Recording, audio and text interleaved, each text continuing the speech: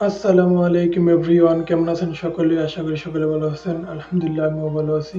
চলে আসলাম নতুন একটি ভিডিও নিয়ে। আপনাদের সকলকে স্বাগত বাংলাদেশ অ্যান্ড জাপান ব্লগে। চলুন আজকে কিছু ভিউ দেখা যাক, যেটা দেখতে অপূর্ব সুন্দর লাগতে। তাই ভাবলাম আপনাদের সাথে শেয়ার করি ভিউটা। কেমন লাগলো অবশ্যই কমেন্ট করে জানিয়ে যাবেন।